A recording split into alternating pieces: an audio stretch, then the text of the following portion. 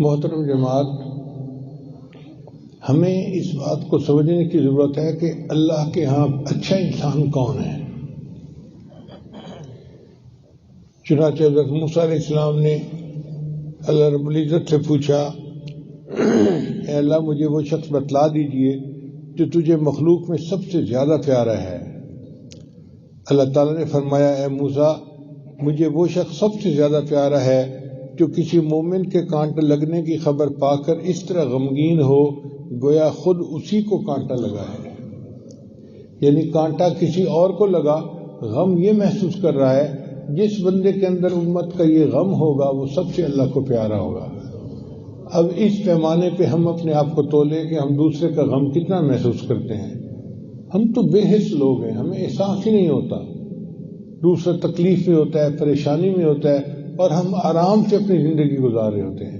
ابھی چند دن پہلے مری میں جو واقعہ پیش آیا وہ کس قدر افسوسناک ہے کہ کچھ لوگ برف کے طوفان میں گر گئے بچوں سمیت، وہ پریشان ہیں، وہ دوسروں سے مدد مانگ رہے ہیں اور مدد کرنے کو کوئی تیار ہی نہیں۔ ایسے لگتا ہی نہیں کہ یہ مسلمانوں کی آبادی ہے، یہ تو بے حس لوگ ہیں، بلکہ انسانوں کی آبادی بھی نظر نہیں آتی۔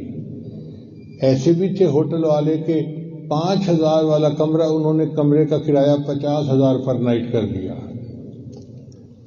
اور کئی ایسے بھی تھے کہ جن کو کرایہ بھی دیا جا رہا تھا اور وہ کہتے تھے نہیں ہم بندے کو اندر نہیں داخل ہونے دیتے۔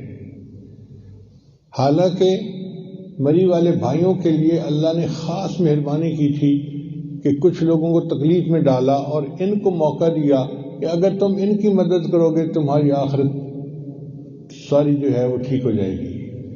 مگر وہ اس گولڈن چانس کو مس کر گئے اور بعض لوگوں نے اس سے فائدہ نہیں اٹھایا۔ اللہ تعالیٰ ان مدارس والوں کو جزائے خیر دے جنہوں نے اس مشکل وقت میں بھی ان کی مدد کی۔